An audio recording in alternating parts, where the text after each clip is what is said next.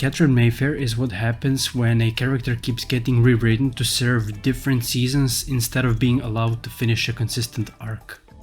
How did we get here from the woman who seemed like the most stable housewife to domestic violence victim to sleeping with a teenager to getting dumped to stealing her best friend's husband to going clinically insane to becoming a lesbian? The many shades of Katherine Mayfair. So who is Katherine? We get introduced to her in season 4 when she arrives on the lane.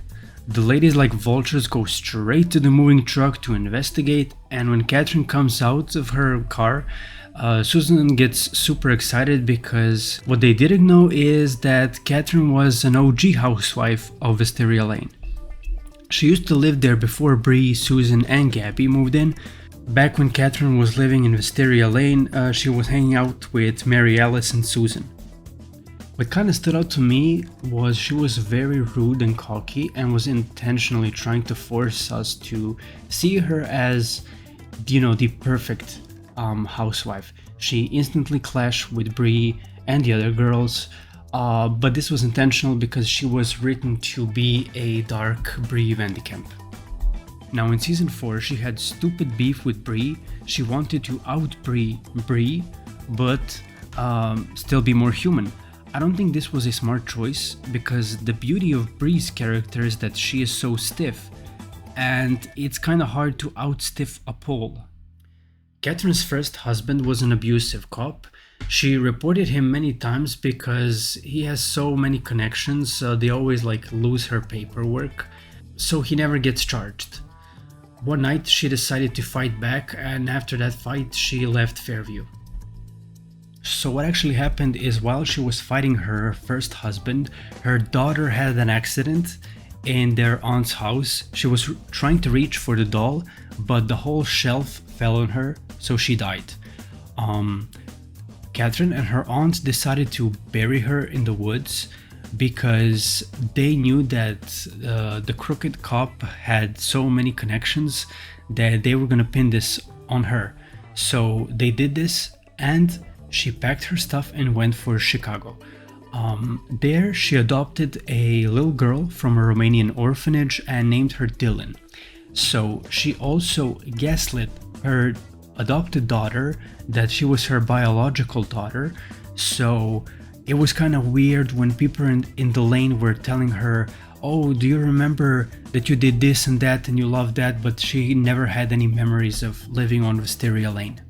While Katherine was in Chicago, she married Adam, a gynecologist who knew all her secrets and decided to keep them.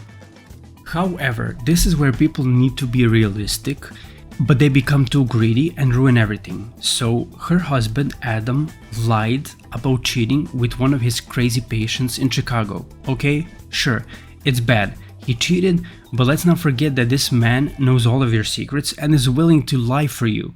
I mean, if I were Katherine, I would look the other way. No marriage is perfect, and I fear I couldn't find another husband like Adam who is going to put up with my secrets. She first wanted to kick him out because he cheated, but then Adam finds a note from Katherine's now deceased aunt with the real details, so now Adam knows the real truth and he figures out that Katherine lied to him and he decided to leave Katherine. I'm going to need you to focus right now because it's going to be really fast from here. In the meantime, Katherine's first husband, the crooked cop, finds Dylan and is secretly hanging out with her. He seems like the perfect dad until he figures out that fake Dylan doesn't have a scar from the time she fell from a bike when she was a child. He confronted Katherine and she told him that Dylan is not his biological daughter, implying that she cheated. He gets a DNA test and it shows that he is not the father. This drives him crazy, wondering what happened because Katherine would be too scared to cheat on him back in the day, so the story doesn't add up in his eyes. He kidnaps Adam and after beating him up, decides to go and ask Katherine directly. Katherine was held at gunpoint with Bree, but that was an accident and she wasn't supposed to be there. This is where Katherine actually tells the full truth, where we, the audience, learn what happened. Jokes aside, this story is probably one of the darkest. In this moment, Adam bursts at the door, tackles the ex-husband and takes his gun, which is actually Katherine's gun that he stole. So as Bree was cleaning Adam up from the blood, Katherine was supposed to hold the ex-husband at bay with a gun. As this was happening, the ex-husband was practically laughing at her face, saying how he knows the mayor and they were buddies from childhood, implying how he will be taken care of. In that moment, Katherine realized that she was never going to be truly free as long as this pig is alive, so she pulled the trigger and ended her suffering. As the gun went off, people gathered in front of Katherine's house because there was a gay wedding in front of her house, but that's another story. So when Bree got out of her house, the girls went to see what's up, and Bree had an amazing scene where you can see women coordinating with each other on how to clean this case up. The police ruled this as self-defense and Katherine was set free. So this was Katherine's first arc, and after this season she was supposed to move, but because the fans loved her so much, the writers didn't want to let her go, so she stayed for 2 more seasons. Now we're entering the Mike era. So in the first 7 episodes, Katherine faded away as this side character. She doesn't have anyone anymore. Adam left her, and her daughter Dylan went to Paris, so she's there alone in Bree's kitchen. Oh, did I mention that they had a catering business? So out of nowhere, Katherine starts sleeping with her best friend's now ex-husband, Mike. Now this is a bit out of character, and you could tell that the writers were starting to get, no pun intended, desperate. They wanted to keep Katherine because the fans loved her, but they didn't know what to do with her. Also, side note, the fans hated that Mike was with her.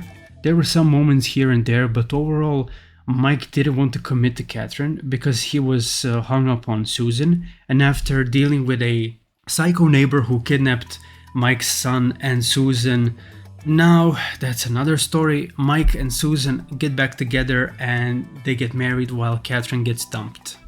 Now we enter the Crazy Ex era. So this one is a little funny, but also very sad. Katherine snaps and gets into her head that Mike is secretly still in love with her and he's just waiting for a right time to break off with Susan. First, she kidnaps Susan's wedding dress and cooks tomato sauce in it, which was hilarious. Second, she crashes the wedding like a crazy bitch. Third, she sneaks in their window late at night in her underwear. I mean, it's hilarious. There was even a moment where Susan accidentally shoots Katherine through the window because of all the sneakiness. There was a couple of desperate moments from Katherine to steal Mike, but it never worked. It was just for comedic purposes. After so many of these, she decided to stab herself in the stomach and blames Mike in the hope of getting him arrested, but she just ends up being hospitalized in a mental part of the hospital. But I would love to take a moment to say there was an amazing scene where Katherine's daughter comes back to see her crazy mom with her own eyes, and when Katherine sees Dylan, she snaps and delivers this amazing scene where her character breaks down completely because her imaginary world comes crashing down. And finally, the lesbian bisexual arc. So Katherine comes back from a mental institution and she gets a roommate, a lesbian ex-stripper. God, I love this show.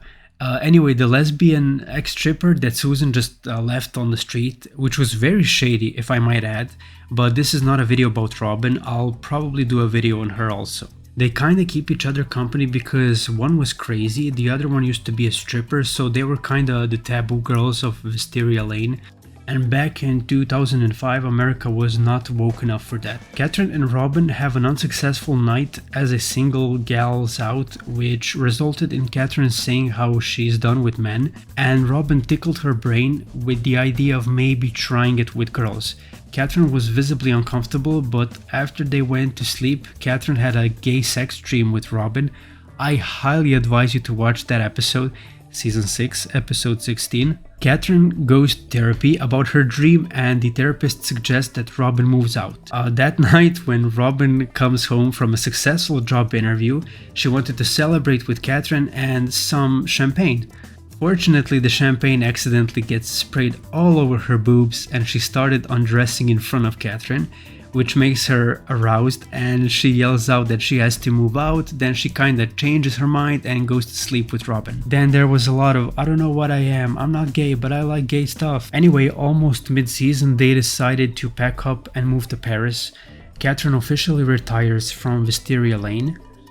Bonus moment, there was a moment where she was sleeping with Susan's teenage nephew, but this was before all the ladies moved to the lane, so does this even count? Anyway, we get to see Katherine one last time in the very last episode of Desperate Housewives. She comes back with a completely different energy than the broken Katherine we last saw in season 6. She broke up with Robin in Paris and decided that she's no longer a lesbian. Sorry, side note, I hate this writing. Whoever wrote the last season really destroyed everything they touched.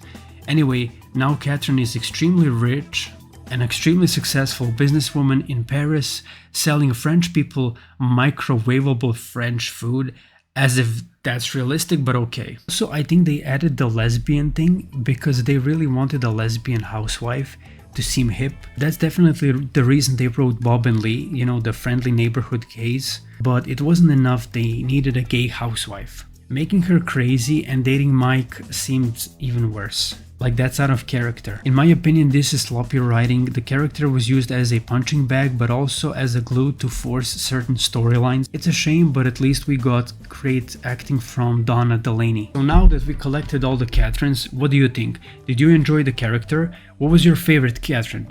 I hate the way they treated this character. My favorite Katherine was the one from the first season she was on. After that, everything else felt super forced and made no sense.